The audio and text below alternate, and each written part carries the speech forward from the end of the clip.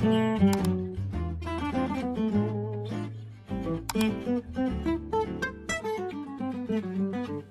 kreatif mungkin buat banyak orang, berpikir kreatif tidak terlalu menarik untuk dibahas.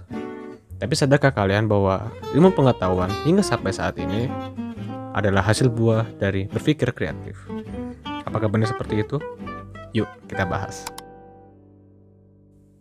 Berpikir kreatif menurut James C. dan Cousins adalah berpikir yang menghasilkan konsep baru, paham baru, metode baru, sudut pandang baru, dan biasanya identik dengan pekerja seni.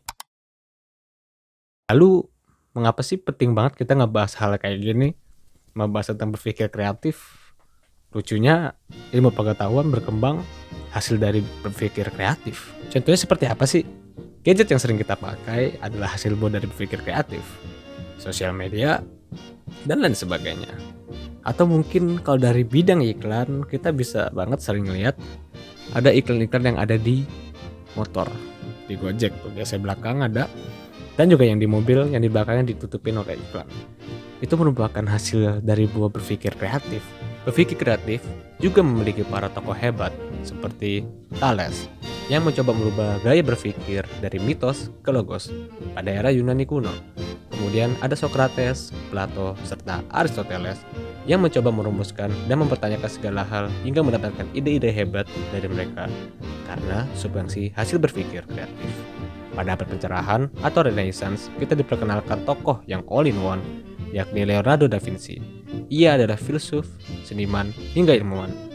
Masuk ke abad modern, kita diperkenalkan tokoh-tokoh hebat lagi, seperti René Descartes, John Locke, Immanuel Kant yang mencoba merumuskan penelitian ilmiah berdasarkan subjek atau objektif. Di waktu yang sama, kita diperkenalkan lagi oleh tokoh, yakni Adam Smith, bapak ekonom yang mencoba mengatasi kelangkaan sumber daya pada saat itu. Ditambah lagi oleh pemikir yang menyetarakan sosio-ekonom, yakni Karl Marx, dengan gagasan komunis di bukunya yaitu Das Kapital. Itu semua adalah gambaran yang masih dibilang sangat kecil dalam proyek berpikir kreatif. Menarik bukan? Kemudian, bagaimana berpikir kreatif yang terjadi di Indonesia? Tepatnya pada pendidikan di Indonesia. Sayangnya, ini masih jauh dari kata utopia. Banyak siswa dan mahasiswa yang mengalami krisis berpikir kreatif akibat sistem pendidikan yang salah yang diterapkan oleh pemerintah. Akhirnya timbullah krisis berpikir kreatif ini. Banyak ilmuwan yang mencoba meneliti pada siswa SMA ataupun SMK untuk mengenai berpikir kreatif ini. Menurut Revinger, indikator berpikir kreatif terdapat 4, yaitu fluency, flexibility, originality, dan elaboration. Kemudian ada sampel berpikir kreatif yang dilakukan oleh mahasiswa pasca sarjana kepada siswa SMA Negeri 3 tahun 2016. Lucunya, dari 100% yang diteliti, yang masuk ke dalam indikator tersebut hanyalah 9%. Artinya dari 33 siswa, hanya 3 orang yang masuk dalam indikator berpikir kreatif.